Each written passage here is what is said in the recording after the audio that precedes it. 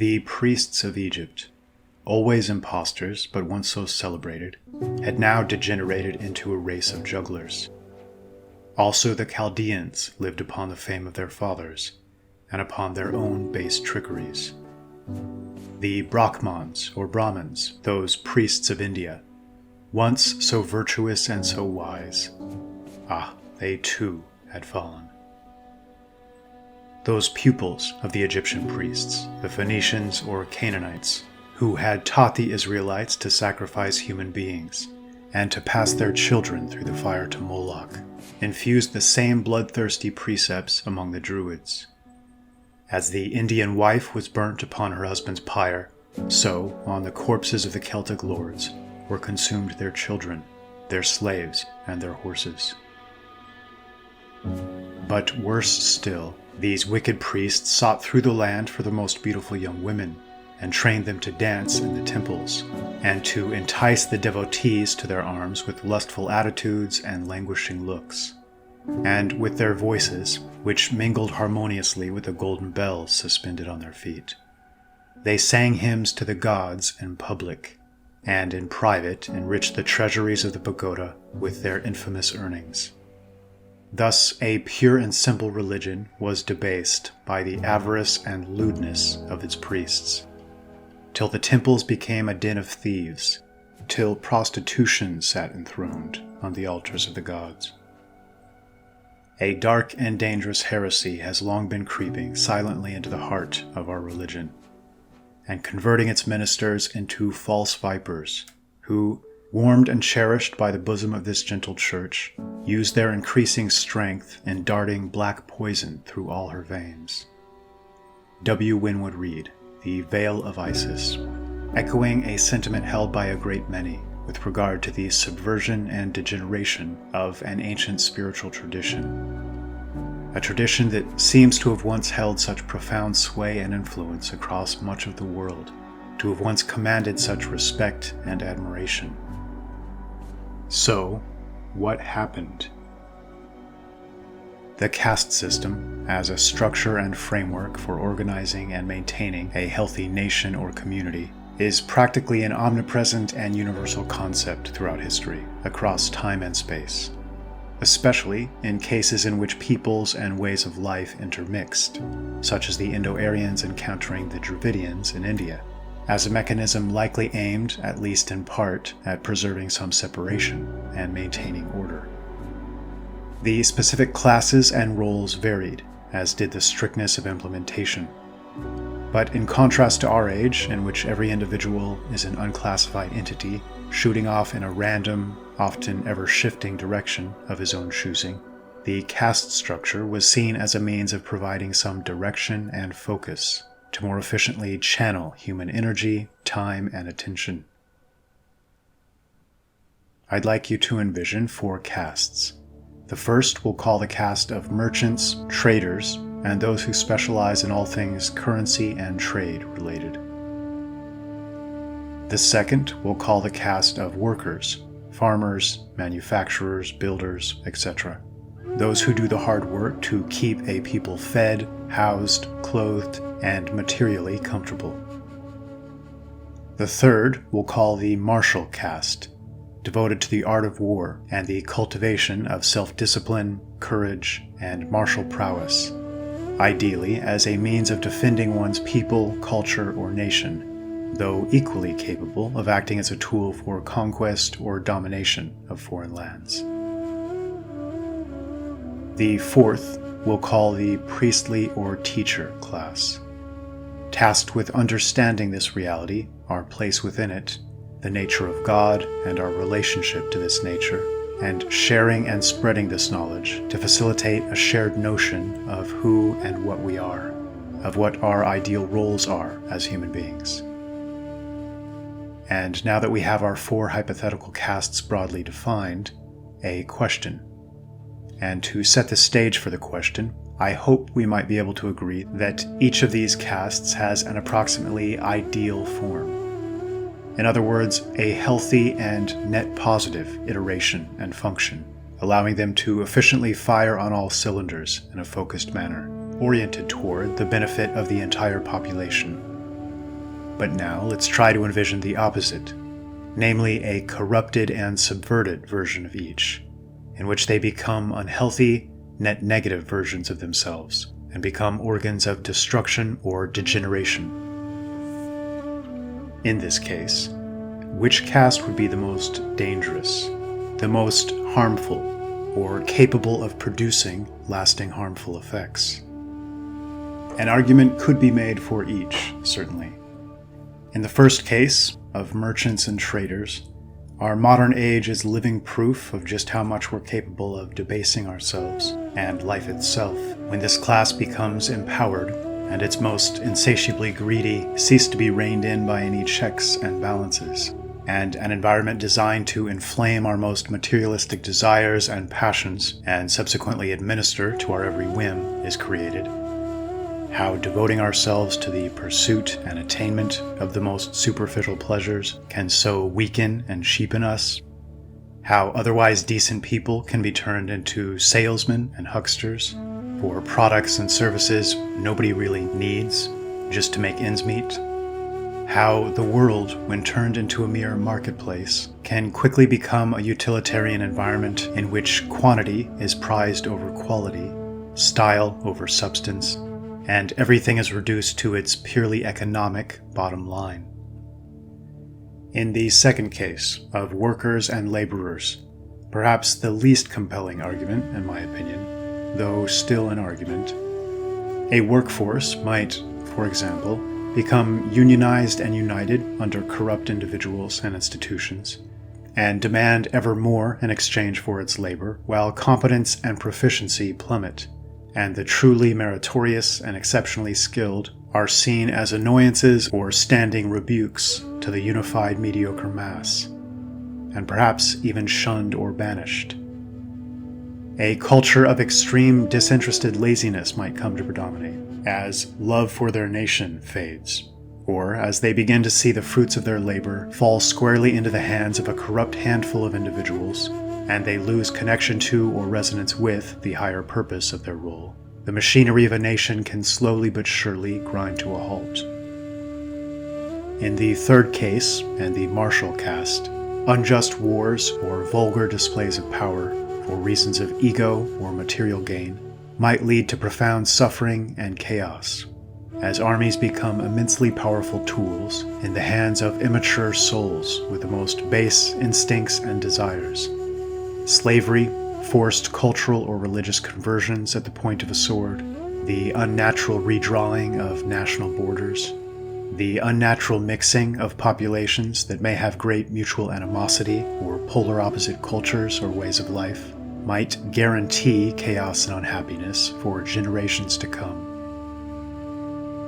But in the fourth case, the teacher and priestly caste, a people's very understanding of the universe and their place within it, their understanding of God, of nature, of language, of history, might all be perverted and poisoned at a root level.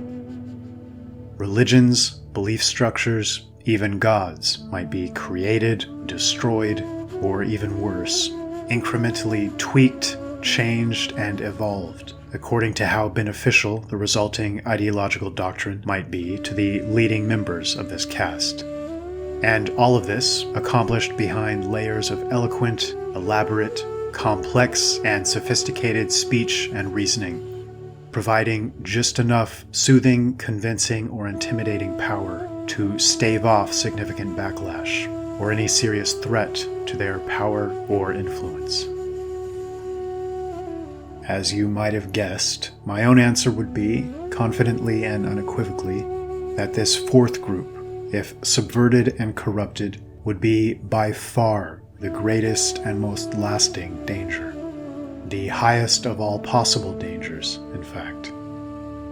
This caste of priests, sages, teachers, or spiritual leaders are the crafters and cultivators of the ideas, the laws, and the underlying philosophies by which the rest of the nation operates, including the other castes to a great degree, at least in a healthy environment. Such men would be proactively looked to for such guidance and direction. Traditionally, their role was to speak to those highest and most fundamental concepts and laws that universally govern all of nature, not to dictate or impose, but rather clearly set out their ideas with an equally clear explanation of their roots and the why behind them, and in ideal circumstances, be such highly respected men that others then trust their judgment, discretion, and conclusions, and thus embrace said ideas and evolve their political, military, economic, and similar structures accordingly. Such men had immense power. An analogy that springs to mind is their being the guardians and custodians of a central wellspring of sorts, with the power to either discover and draw out pure, fresh spring water to nourish all around them, or to subtly introduce poisons, producing sickness and malady. You might be asking, why in the world might they resort to the latter? And I tend to believe the answer to this lies in the darker side of human nature, and is incredibly simple and straightforward: power. Such men have a choice between two paths, the first being a mere conduit of something higher, striving to be something like a pane of glass, as crystal clear and pure as is possible, through which light might shine. The role here is to be a messenger, a servant of the divine, a faithful interpreter or translator. The second path might be best described as being a twisted or distorted pane of glass, or a faulty and unfaithful interpreter. And it's here that a world of opportunities presents itself, opening the door for every possible manifestation of personal power. Picture being a messenger tasked by a faraway king to convey messages to his subjects. Picture just how tempting it might be to accidentally forget a word here or add a word there, or overemphasize or underemphasize a given term. Imagine the feeling of power, the amount of control and influence this would grant. Some historical background before we move on. One of the aspects of history I'm frequently speaking to and attempting to stress is the interconnectedness, specifically between 3000 BC and the birth of Christ, between peoples and nations and cultures and empires that modern historians seem to portray as distinct and unrelated. This was simply not the case. This time period was dominated not by numerous small factions separated by lines drawn on a map, but by what we might call dynastic lineages and their resulting racial and cultural lines of descent, which stretched across our modern notions of borders as if they were completely meaningless. These relationships and interconnections become especially obvious when we examine this priestly and teacher caste. There seems to be strong evidence of a relatively singular spiritual and philosophical tradition that subsequently spread across vast sections of the world, including India, Persia, Scythian and Gothic territory north of the Black Sea, across Europe, and into Britain and Ireland. Countless scholars have remarked on the incredible similarities between the Persian Avestas and the Indian Vedas, and even the Avestan language is incredibly similar to Sanskrit. Homer, especially in his Iliad, is extremely reminiscent of Indian epics, and both of these are similar to Norse sagas, and not just in style, but in substance. And these clearly related cultural and mythic traditions seem to have also shared similar teacher or priestly traditions. Law was absolutely central in ancient days, recognized as all-important, and is all-important. Law governs all things. The highest laws of nature and the universe are God's laws, encoded and seeded into all creation. The more we're able to understand them and act accordingly, the more we're in or of the light. In other words, the two dominant factors of ancient life were the law and the collective notion or understanding of the divine, and our relation to it as human beings. These two factors were so inexorably intertwined that essentially they were one. The greatest men of ancient days were almost always, quote, lawgivers, or those who codified sets of precepts to orient our manner of living. Manu and Menes, Solon, Moses and Muhammad, Lycurgus, Theodoric, and Alfred the Great. In many of these cases, Lycurgus in particular, it's suggested that close relationships and regular communications with the leaders of this priestly or teacher caste helped formulate this law. It should be noted that in Greek and Latin sources, the difference between a Magian, a Brahmin, and a Chaldean priest was said by multiple ancient historians to have been of no importance or significance. They're referenced as if they were all the same, springing from a singular category, although it was known that they were from 3 different regions, in Persia, India, and Assyria. They'd no doubt developed down different paths over the course of time, but at least initially, their activities seem practically interchangeable. And the same holds true for the Druids. Quote, although the term Druid is local, their religion was of deep root and a distant origin. It was of equal antiquity with those of the Persian Magi, the Chaldees of Assyria, and the Brahmans of Hindustan. It resembled them so closely in its sublime precepts, in its consoling promises, as to leave no doubt that these nations, living so widely apart, were all of the same stock and the same religion, that of Noah and the children of men before the flood. They worshipped but one God, and erected to him altars of earth or unhewn stone, and prayed to him in the open air, and believed in a heaven, in a hell, and the immortality of the soul. It is strange that these offsprings of the patriarchs should also be corrupted from the same sources, and should thus still preserve a resemblance to one another in the minor tenets of their polluted creeds." End quote. And Clement of Alexandria states, "Philosophy, then, with all its blessed advantages to man, flourished long ago among the barbarians, diffusing its light among the Gentiles, and eventually penetrated into Greece.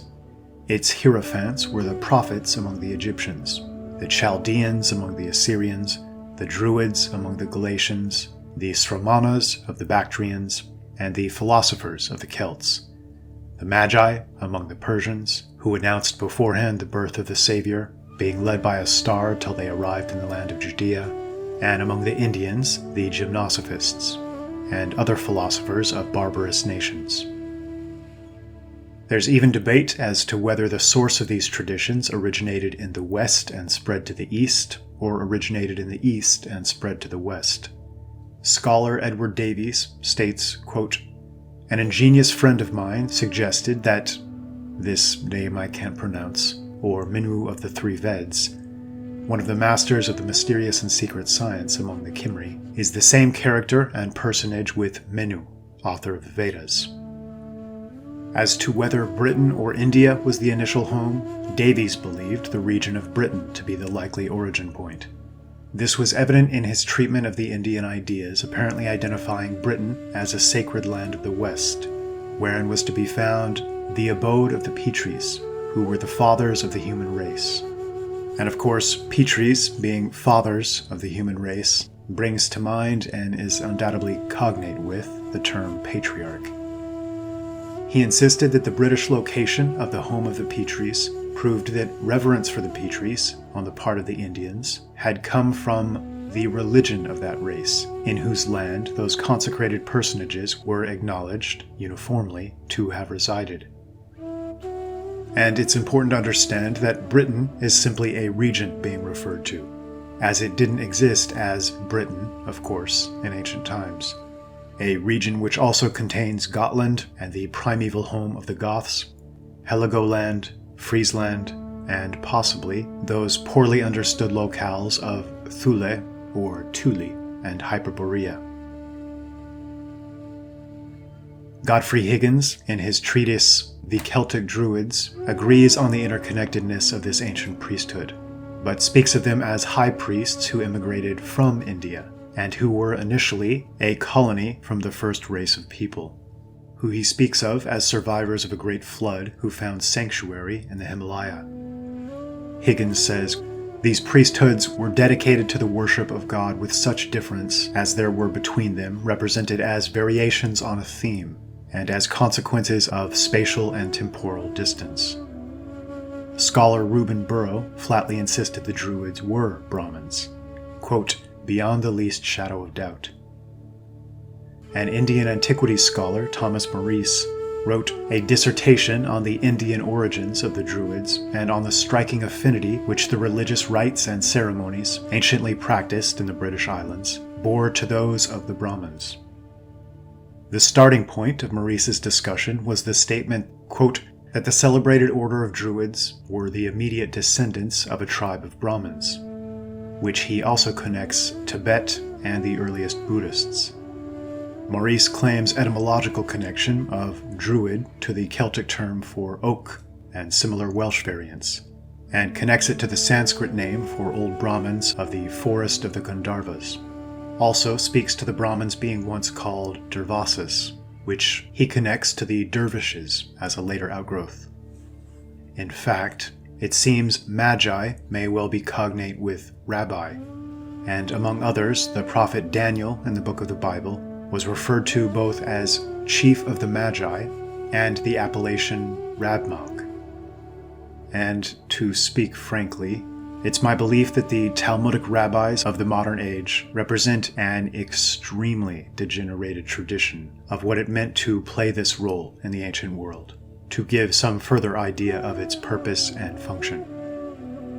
Let's first examine the etymology of this fascinating, important term. Magi is connected to magic and magicians, to mage and magus, and is likely connected to a term maju, used by at least one Arab historian, from the Arab perspective, as a blanket term to describe all Norse or Nordic individuals by the Andalusians, perhaps because he came to generically associate fairer-skinned racial stock with these teachers and priests, though this is largely speculation and guesswork on my part. Magni, Maga, and Magoi are related labels, and the words magnify and magnificent and magistrate. The root of the word seems to trace back to the Proto-Indo-European mag, meaning to be able, have power, as well as many similar derivative root words and concepts across the many branches of the Aryan and Indo-European language family. In the Vedas, Indra has many epithets, notably Magavan, meaning magnanimous, greatly efficient. Sanskrit Mahatma, magnate or great-souled, comes from the same root. It seems that these magi were the faction with the power to shape, direct, change, channel, to speak things into being. And in fact, initially, the word seems to have much to do with speech, song, and the power of the word. The oldest surviving reference to the Magi comes from the poetic Gathas. In the sacred verse of the Gathas, the term mag refers to the great mastery of spiritual and mental powers, and the powers of mind or spirit to manifest. In their earliest days, the Magi seem to be the scholarly or priestly class of ancient Aryans founded by Zarathustra, sometimes called Zoroaster, descended from the Spidaman or Spidamid family or clan, with spit in Avesta meaning brilliant or white.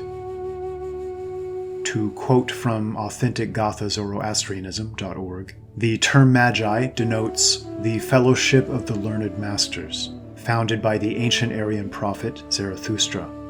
The Magi were followers of Zarathustra, or followers of what the Hellenistic world later associated with Zarathustra. They were most knowledgeable considering consciousness and mind, and believed that consciousness and mind is the magical substance, or stuff, out of which universe, with all of its marvelous hidden dimensions and powers, is made. Initially, this widespread priestly caste seemed to be heavily associated with the wearing of all white robes made of fine linen, the traveling to all corners of the world, the sharing and bestowing of law and judgment and order and spiritual wisdom. Jordanus, in his Getica, tells us, "Then Philip, the father of Alexander the Great, made alliance with the Goths and took to wife Medopa, the daughter of King Gudilla, so that he might render the kingdom of Macedon more secure by the help of this marriage." It was at this time, as the historian Dio relates, that Philip, suffering from need of money, determined to lead out his forces and sack Odessus, a city of Moesia, which was then subject to the Goths by reason of the neighboring city of Tomi. Thereupon those priests of the Goths that are called the holy men suddenly opened the gates of Odessus and came forth to meet them. They bore harps and were clad in snowy robes, and chanted in suppliant strains to the gods of their fathers, that they might be propitious and repel the Macedonians. When the Macedonians saw them coming with such confidence to meet them, they were astonished, and, so to speak, the armed were terrified by the unarmed. Straightway they broke the line they had formed for battle, and not only refrained from destroying the city, but even gave back those who they had captured outside by right of war. Then they made a truce and returned to their own country." End quote. And William Reed says the following with regard to the ancient bards, who seem to spring from this same tradition. Quote, "Also that they did their utmost to stay those civil wars which were the bane of Britain, and that often when two fierce armies had stood fronting each other in array of battle, their swords drawn, their spears pointing to the foe, and waiting but for the signal from their chieftains to begin the conflict, the bards had stepped in between them and touched their harps with such harmony, and so persuaded them with sweet thrilling verses, that suddenly, on either side, soldiers had dropped their arms and forgotten the fierce resentment which had been raging in their breasts." End quote. This group seems to have been heavily associated with a specific instrument, the cithara, so often mentioned in descriptions of the Hyperboreans and the Goths.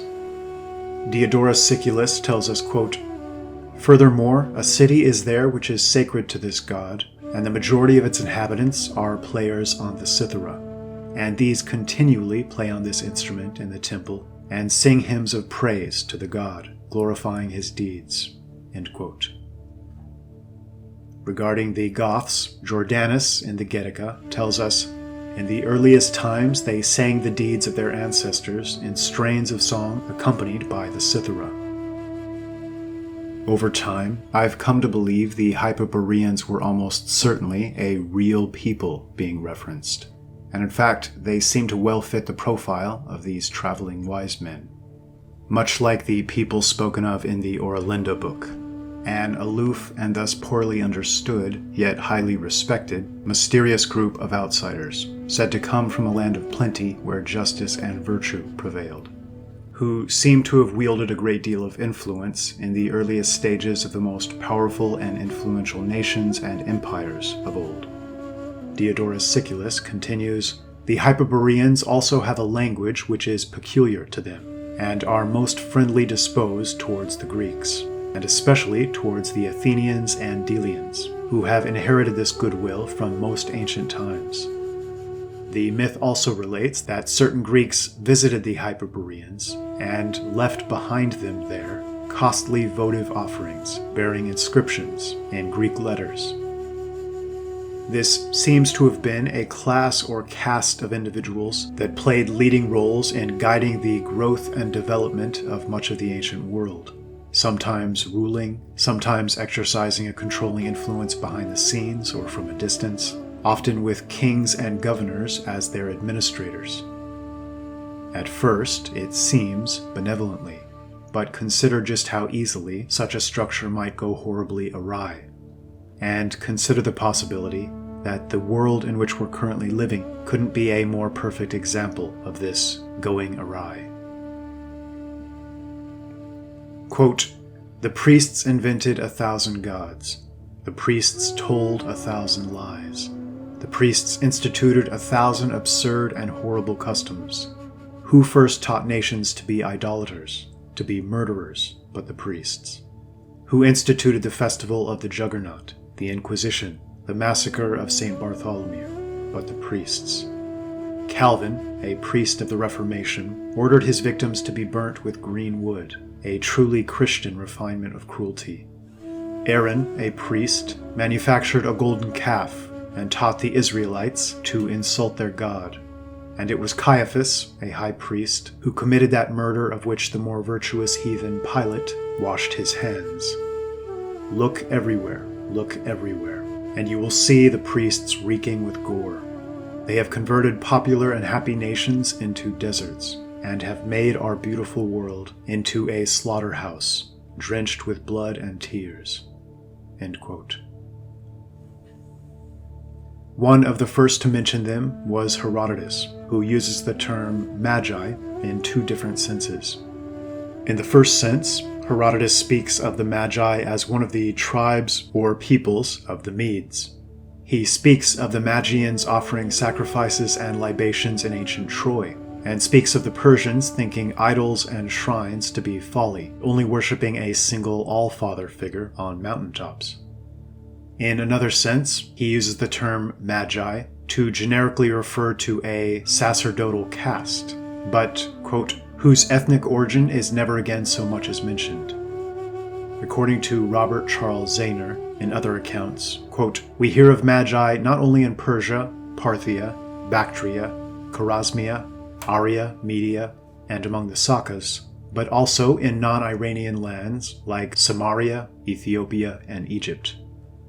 Their influence was also widespread throughout Asia Minor. It is, therefore, quite likely that the sacerdotal caste of the Magi was distinct from the Median tribe of the same name.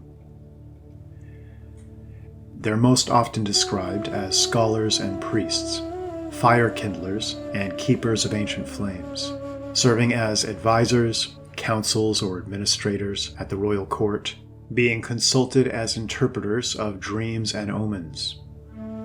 The fact that the term Magi seemed to become both a racial or ethnic category, as well as a caste or occupational category, may help explain some of the confusion in the historical record, and there certainly is incredible confusion.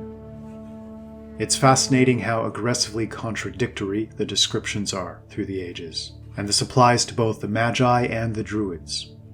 Some, especially in the most ancient references, seem to hold them in the highest possible regard. The famous Macedonian philosopher Aristotle of Stagira, who had spent a good part of his life in ancient Iran's western territories, states explicitly that the Magians neither know nor practice black magic or sorcery. Other Greek sources from before the Hellenistic period include the gentleman soldier Xenophon, who had first-hand experience at the Persian Achaemenid court. In his early 4th century BC Cyropedia, Xenophon, who visited the Achaemenid Empire in 401, depicts the Magians as authorities in all religious matters, and imagines the Magians to be responsible for the education of the emperor-to-be. He calls the Magians experts in everything scholarly. He also states that the Magians sing hymns to the rising sun and all divine powers. And yet others, for example the respectable Pliny the Elder, speak of them only with disgust, in much the same way that the Oralinda book seems to when it speaks of the corrupt priestly leaders of the Gauls. It's said that Pythagoras, Empedocles, Democritus, Heraclitus, and Plato traveled abroad to study with the Magi. Yet this very same Heraclitus is said to have, quote, directed his prophecies against the wanderers of the night, the Magians, the Bacchantes, the Maenads, and Initiates. Heraclitus threatens them with tortures after death. He threatens them with fire. For what they believe to be initiations in the mysteries are, in fact, impious rites. This is thought to be the first time the word Magians was used negatively.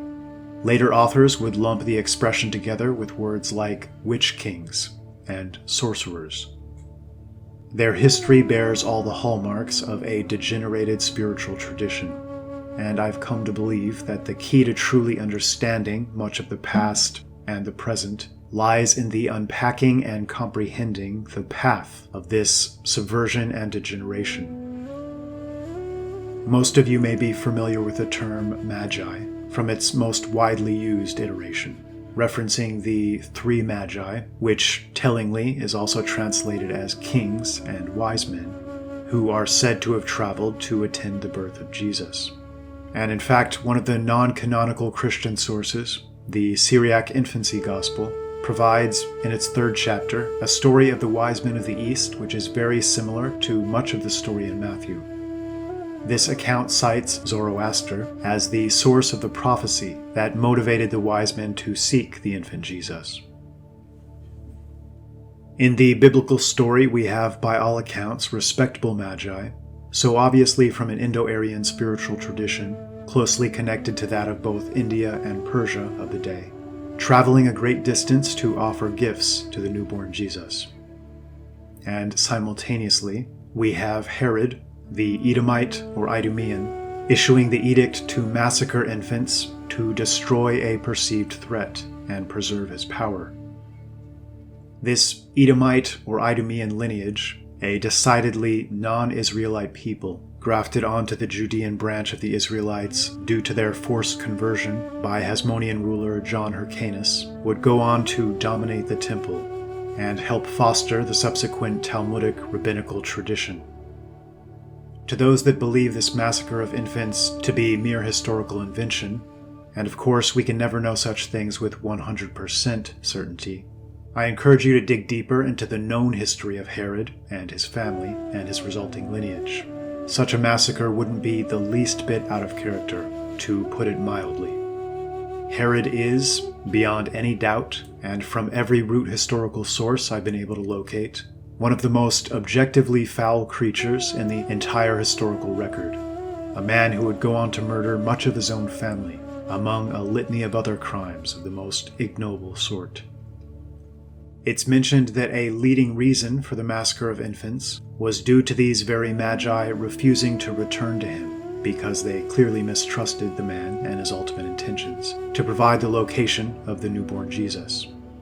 And, quote, "Then Herod, when he saw that he was mocked of the wise men, was exceeding wroth, and set forth and slew all the children that were in Bethlehem, and in all the coasts thereof, from 2 years old and under, according to the time which he had diligently inquired of the wise men." Herod failed to end Jesus' life in infancy, but Caiaphas, the rabbi, high priest, and Pharisee, would later succeed, though not before a message and doctrine was conveyed to the world, one that would go on to reverberate throughout the ages. And yet, at the same time, not one completely immune to being compromised or reshaped by this now thoroughly corrupted priestly caste. Because Jesus, in his day, was so clearly seen as a teacher by all who encountered him, when these various traditions speak of claimed visits to their region, they speak of him in different ways. Brahmin or Buddha in the Indian tradition, Yogi in the Tibetan tradition. There's even an inscription dating to 521 AD from a St. Columba in the Abbey at Iona, Scotland, stating, "My druid is Jesus." It's seemingly impossible to know the definitive truth behind these claims of visitation, but it does provide further evidence supporting the idea that the various classes within this broader priestly caste don't seem to be as separate and distinct as modern scholarship often takes them to be, at least as far as the distant past is concerned, as time and distance has a way of widening and hardening these distinctions and delineations. The Oralinda book, too, speaks highly of a personage that may well have been Jesus, and one of the things that so fascinates me about the OLB is just how well and how accurately, to my mind, it frames the real historical struggle behind the scenes. Namely, how it frames the ongoing fight between genuine sages and holy or virtuous men, and a deeply corrupted subset of merely ambitious, power-mad men, lurking behind the masks of priests and holy men, whose real aim is simply power. While Jesus warned his followers to be as harmless as doves, yet as wise as serpents, this priestly caste of men, as the world degraded, seemed intent on cultivating the harmless as doves mentality to its utmost among those they controlled, while utterly monopolizing the wise as serpents philosophy to themselves and their small subset. It can be argued that there is a valid reason to keep the most sacred knowledge out of the hands of men who might cheapen or defame it. This is a power that comedy possesses, for example. A man can take the most weighty and profound conception and flippantly mock and deride it to the laughing mob to rob it of all sanctity and power. But secrecy is always a double-edged sword, and as history proves, almost inevitably leads to disaster. Few people truly grasp the power of secret societies. When they operate in the midst of unaware populations, they always win out. It's simply inevitable. Organization and allied action beats out the lack of these every time. To use Masonry as a modern example, we now have hundreds of thousands of opportunistic men, many of whom were perhaps drawn in for positive reasons, all mutually assisting one another covertly across the vast majority of the civilized world.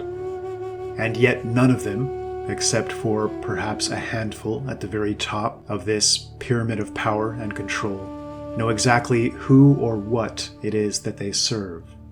Many hear some positive language about brotherhood of man, helping, being good, and for them this is sufficient, especially when coupled with the promises of career advancement and material gain. There couldn't be a more perfect recipe for covert control on a mass scale, and all is made possible due to this veil of secrecy and lack of transparency.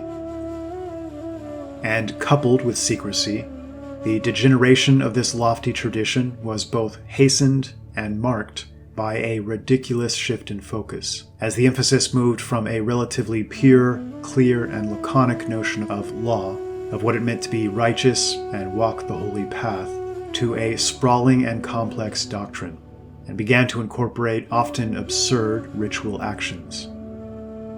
The Druids would tell their followers, quote, "The samulos which grew in damp places was to be gathered by a person fasting, without looking behind him, and with his left hand." Or, "The vervain was to be gathered at the rise of the dog star, neither sun nor moon shining at the time. It was to be dug tip with an iron instrument, and to be waved aloft in the air, the left hand only being used." Advice that calls to mind the Talmudic passages that suggest other clever rituals one might do to be sure they stayed on the right side of God. What all of this represents is ritual and minutiae, which acted as a superimposed overlay atop the more pure and fundamental doctrine, often acting as loopholes, allowing a person to essentially get away with sins or actions the rest of us might consider abhorrent or unjust, as long as they pat their head in such and such a manner or spin in X number of circles. All of it functions as a means for men to change and alter traditional and generational laws and precepts through clever interpretation and subjective elaboration, and subtly replace the more ancient and timeless conceptions with their own. And again, to my mind, this brings to the fore the words of warning from Jesus that set him at such loggerheads with the Pharisaical priesthood of his day. In fact, there's a fair amount of evidence pointing to the fact that Jesus may have essentially been a Nazarene Essene. His brother James, early leader of the Jerusalem church, who was stoned to death by a Herodian high priest, is said to have been the leader of the Jerusalem Essenes. And it seems very likely that John the Baptist, who speaks of Pharisees as a brood of vipers, was as well, with the baptism ritual itself being identical to that of the Essenes. The historian Josephus, who as a general rule should be taken with a grain of salt, said something intriguing on a topic he'd have no reason to lie about. Of the three major sects, Pharisees, Sadducees, and Essenes, he states that only the Essenes were Judean Israelites by birth, and goes on to say that they practice a more severe and strict discipline, and that they seem to have far greater mutual affection for one another. Similar to so many Indo-Aryan spiritual traditions, the Essenes were said to start their day with a prayer of supplication to the sun's rising. But as in so many cases of fire or sun, quote, worship, this doesn't seem to be worship of the substance itself, but rather was their symbolic means of honoring God via the most potent physical and visible manifestation of his power and glory.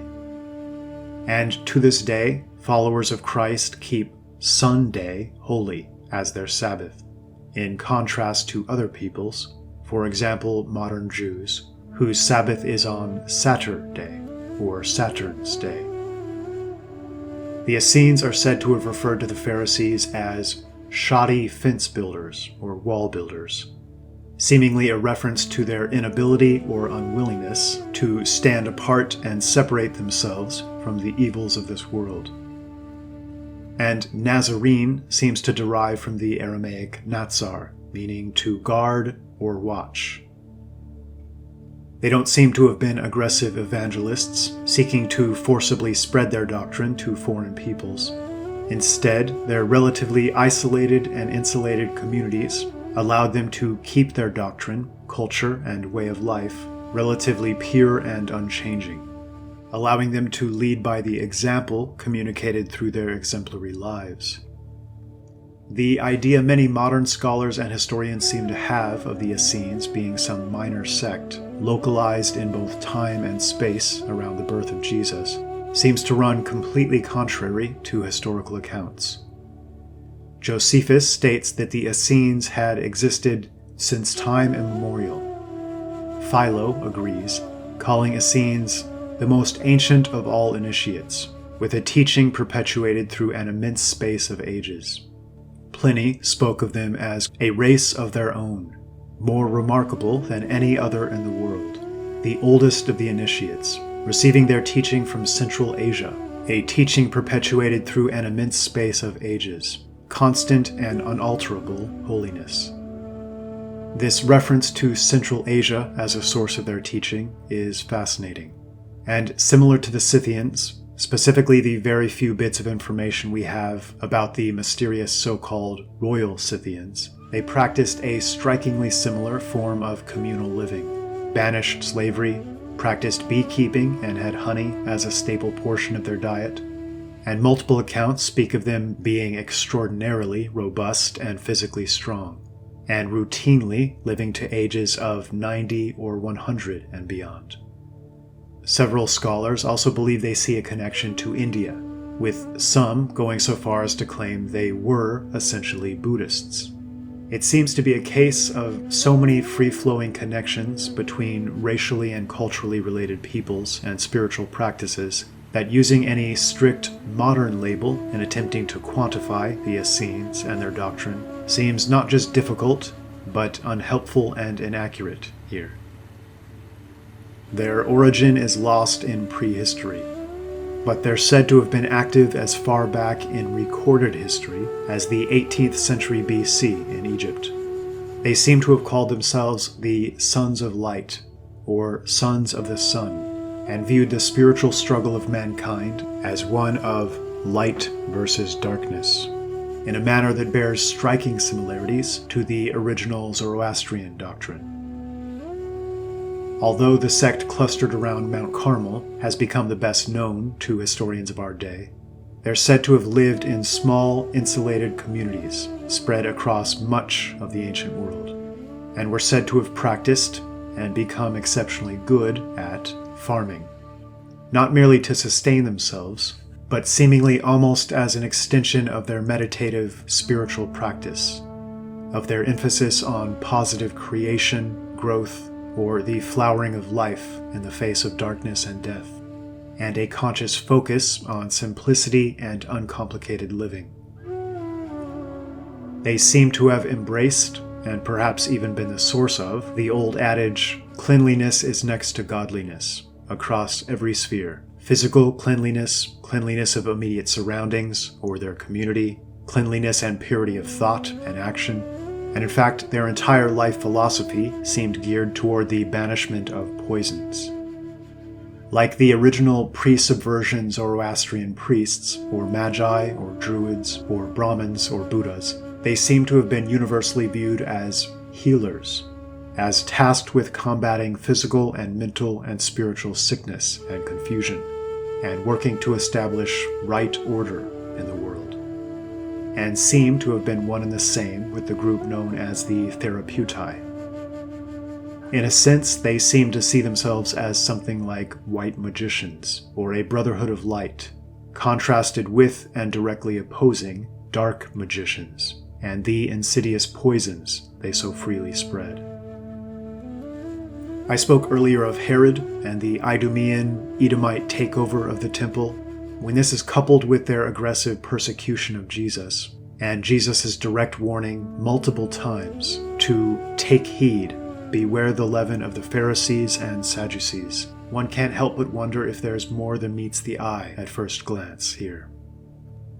There also exists a seemingly explosive yet little discussed piece of correspondence dating from approximately 300 BC between a high priest in Judea, Jonathan, to the Spartans. Quote, "To our brothers in Sparta, greetings.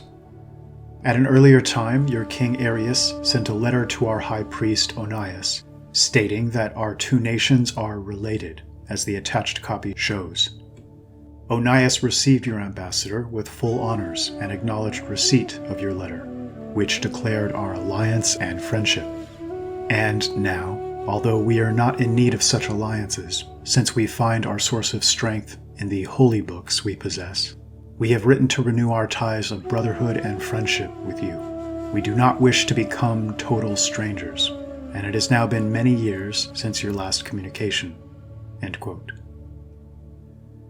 There's a great deal to unpack and discuss on these topics, and this video isn't the place for that, but it seems clear to me that the earliest priestly caste in and around Israel certainly wasn't wholly isolated and disconnected from the surrounding peoples and cultures, and that this priestly element, much like the related magi and Brahmin and druids, seemed to degenerate and change profoundly over the years, as a very different human type rose to prominence within their ranks. The reason I so often speak of the warrior and martial caste with respect, and tend to consider them healthier in overall orientation, is because of the four hypothetical castes mentioned. It's this one that seems to have the greatest natural immune system, the greatest innate inborn resistance to those that might wish to deceive and subvert. Such subversive personalities are almost always cowards, and weak men who prefer subterfuge and sophistry. These skill sets, fully cultivated and cleverly wielded, can accomplish a great deal, especially among the merchant or priestly castes. But a laconic Spartan or Scythian warrior, for example, would likely remain unmoved.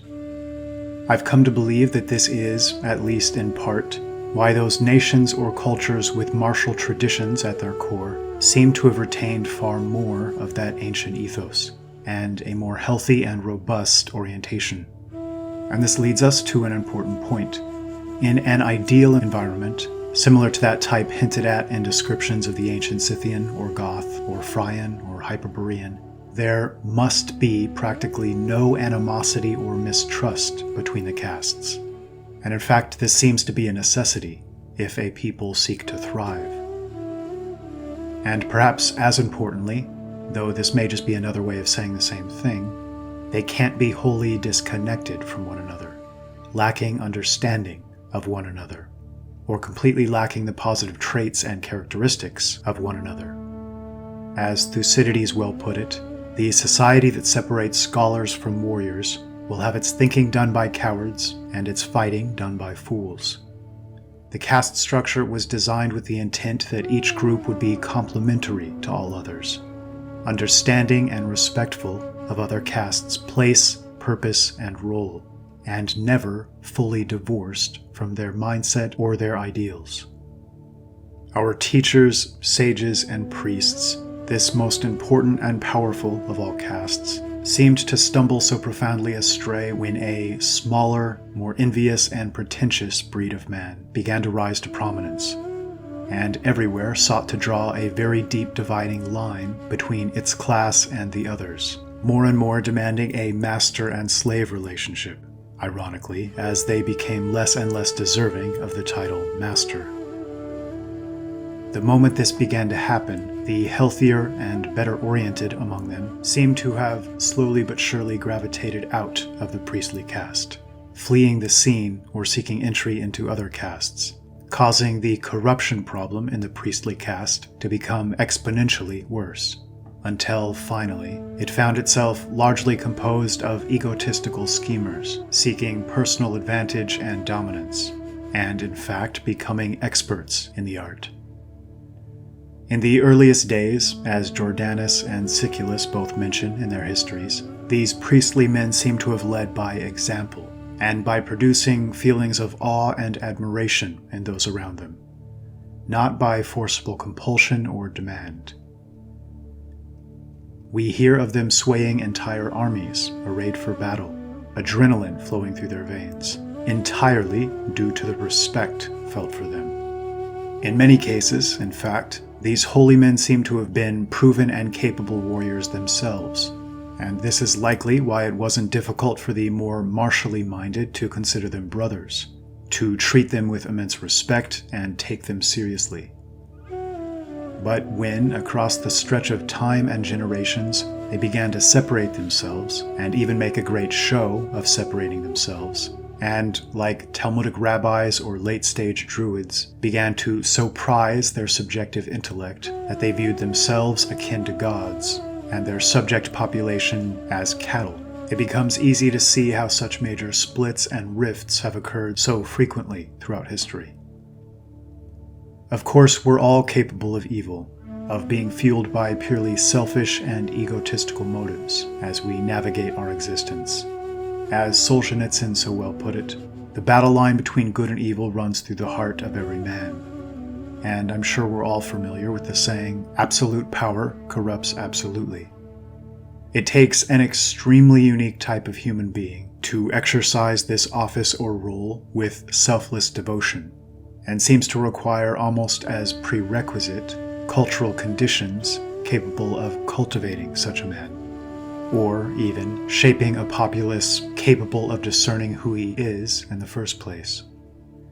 Solzhenitsyn also said, and this is such an important conception here that it might be seen as a theme underlying this entire video, quote, "Everything you add to the truth subtracts from the truth," echoing that laconic wisdom our ancestors seem to so clearly grasp and understand, and illustrating the path taken by these false wise men, these sophists and magicians and spinners of words, as they created layer after layer of their own wildly subjective and speculative intellectual musings atop a far more pure and simple tradition.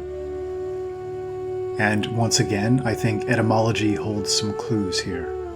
We often use the word wholesome, and it's a truly great word to describe deeply positive and healthy things. Whole and wholeness represent totality in balance, completion. The word holistic is similar. And, of course, the word holy. Absolute truth, the highest truth, is expressed in this whole, a seeking to glimpse, grasp, and understand the totality to the best of our limited and fallible abilities. Reductionist science represents an attempt to cobble together a sprawling picture of the most technical minutiae of our existence, seemingly believing that this sprawling data or knowledge picture might then sufficiently explain our reality. But this seems a bit like believing you might understand a great movie by reading the script, or a sporting event by looking at the box score, or a masterful painting by examining it with a microscope. Facts are merely cold and clinical little data points. Everything valuable, everything interesting, and everything of great worth seems to exist above and beyond them, the as yet unknowable connective tissue. What seems to have originated so long ago as a caste of men who purposefully lived austere lives of self-sacrifice, devoting themselves to the task of attaining a deeper understanding of our world in order to positively guide and shape it, had everywhere devolved into something very different. Instead of serving God and the people, they found ingenious methods to become the gods of the people and make them their slaves. I'm reminded of the quote from Rabbi Ovadia Yosef, essentially stating that others were born to serve them, or the similar rabbinical statements indicating that a future goal is outright enslavement. And they're not alone here.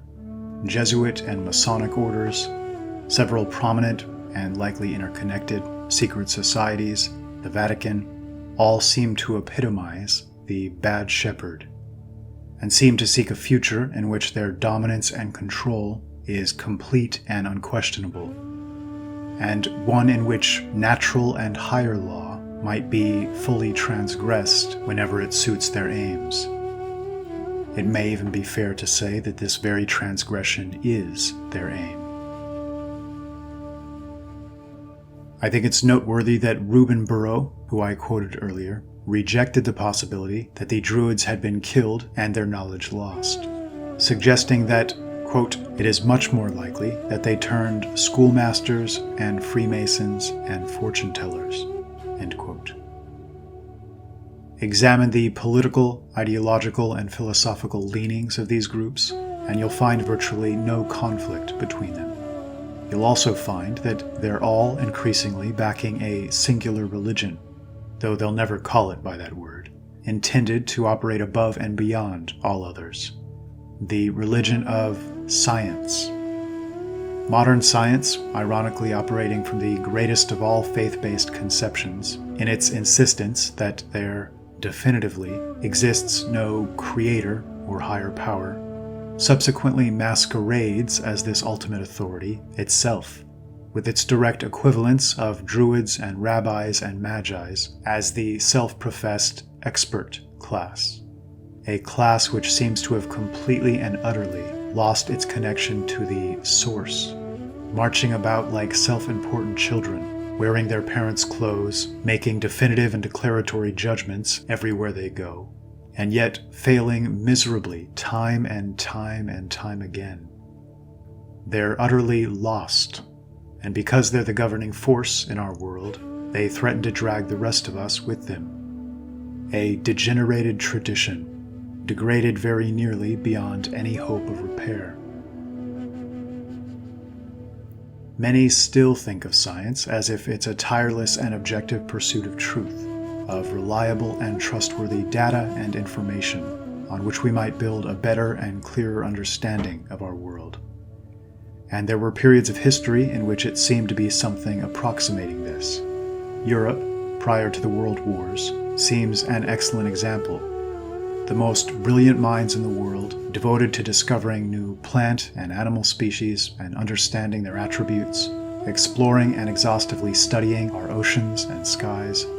Many true geniuses with boundless curiosity and self-discipline enough to not overstep or take wild leaps, but to move forward in a sober, disciplined, apolitical manner.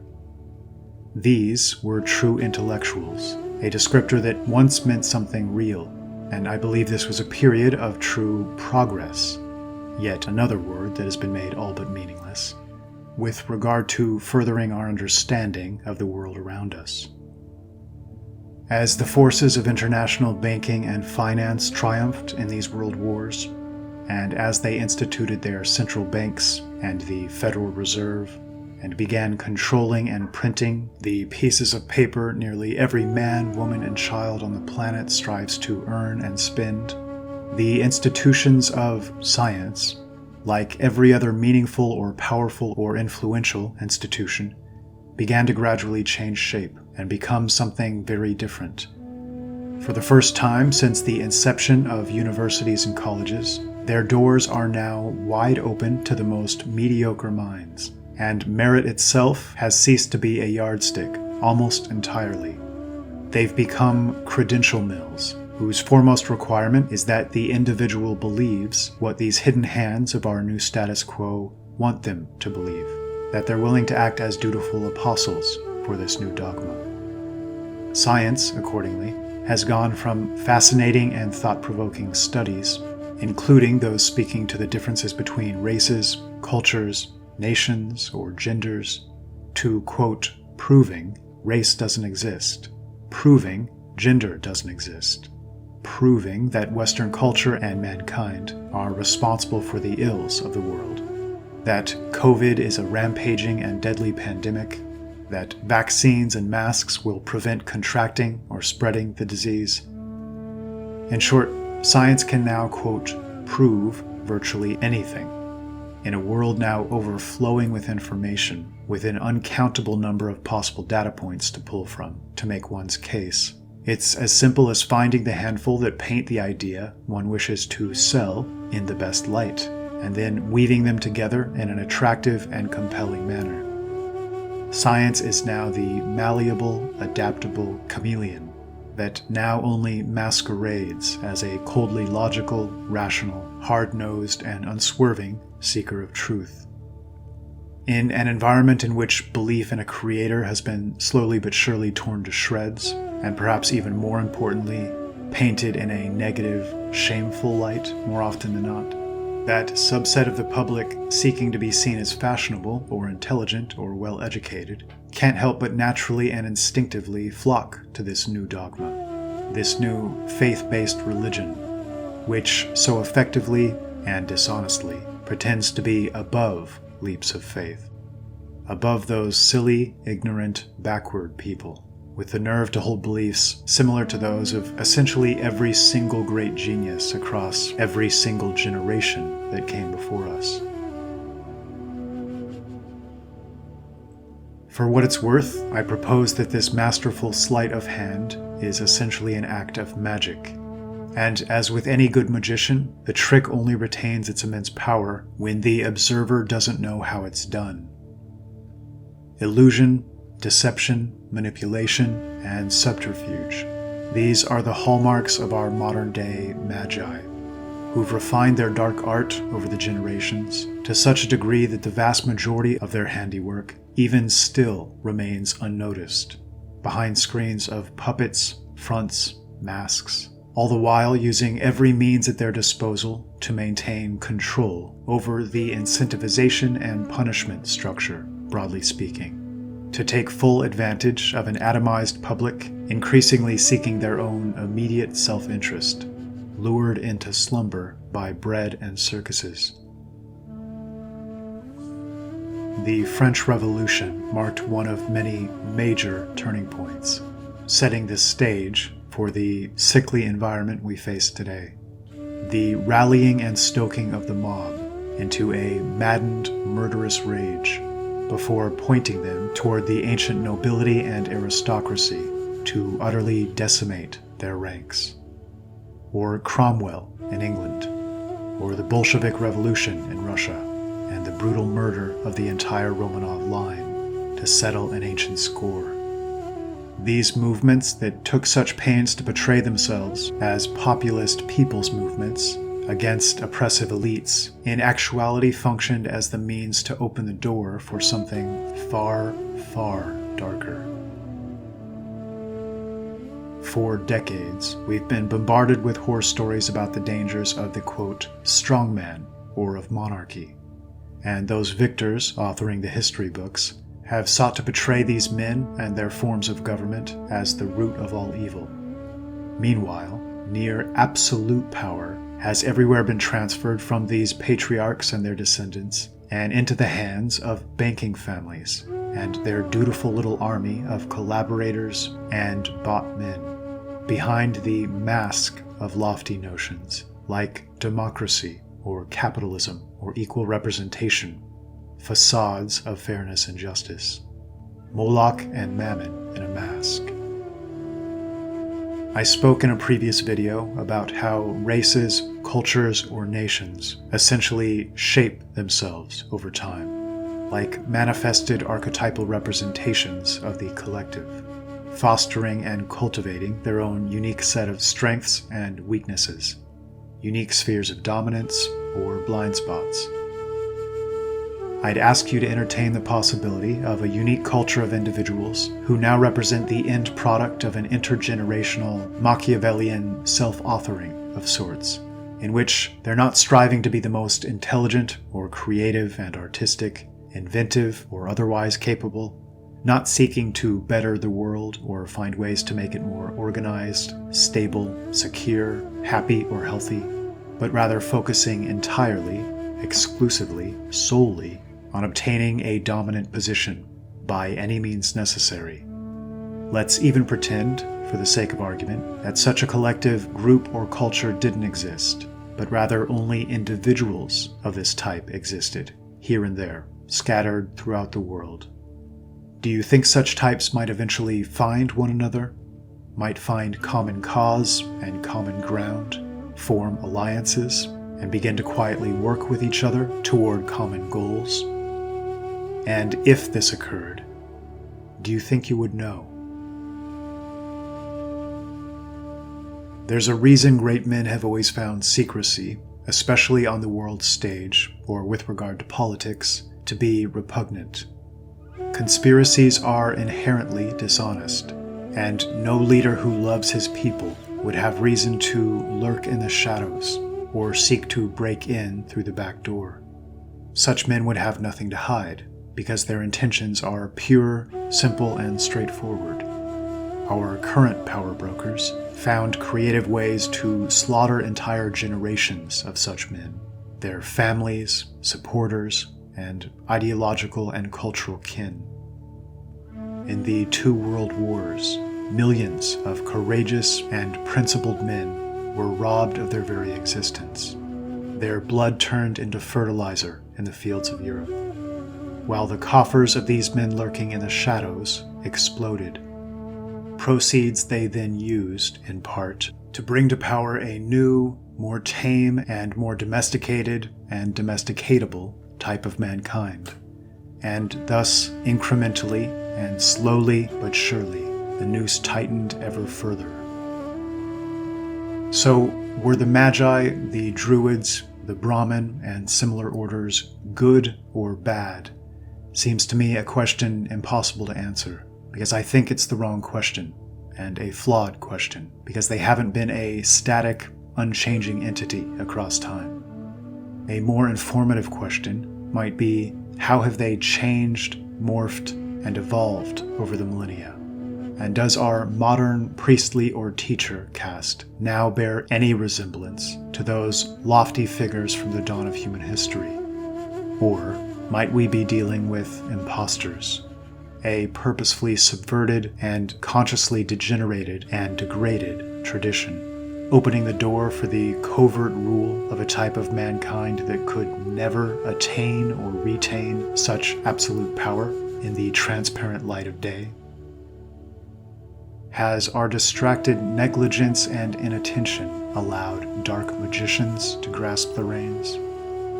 And if so, is there still enough light in the world to truly banish this darkness and unseat them?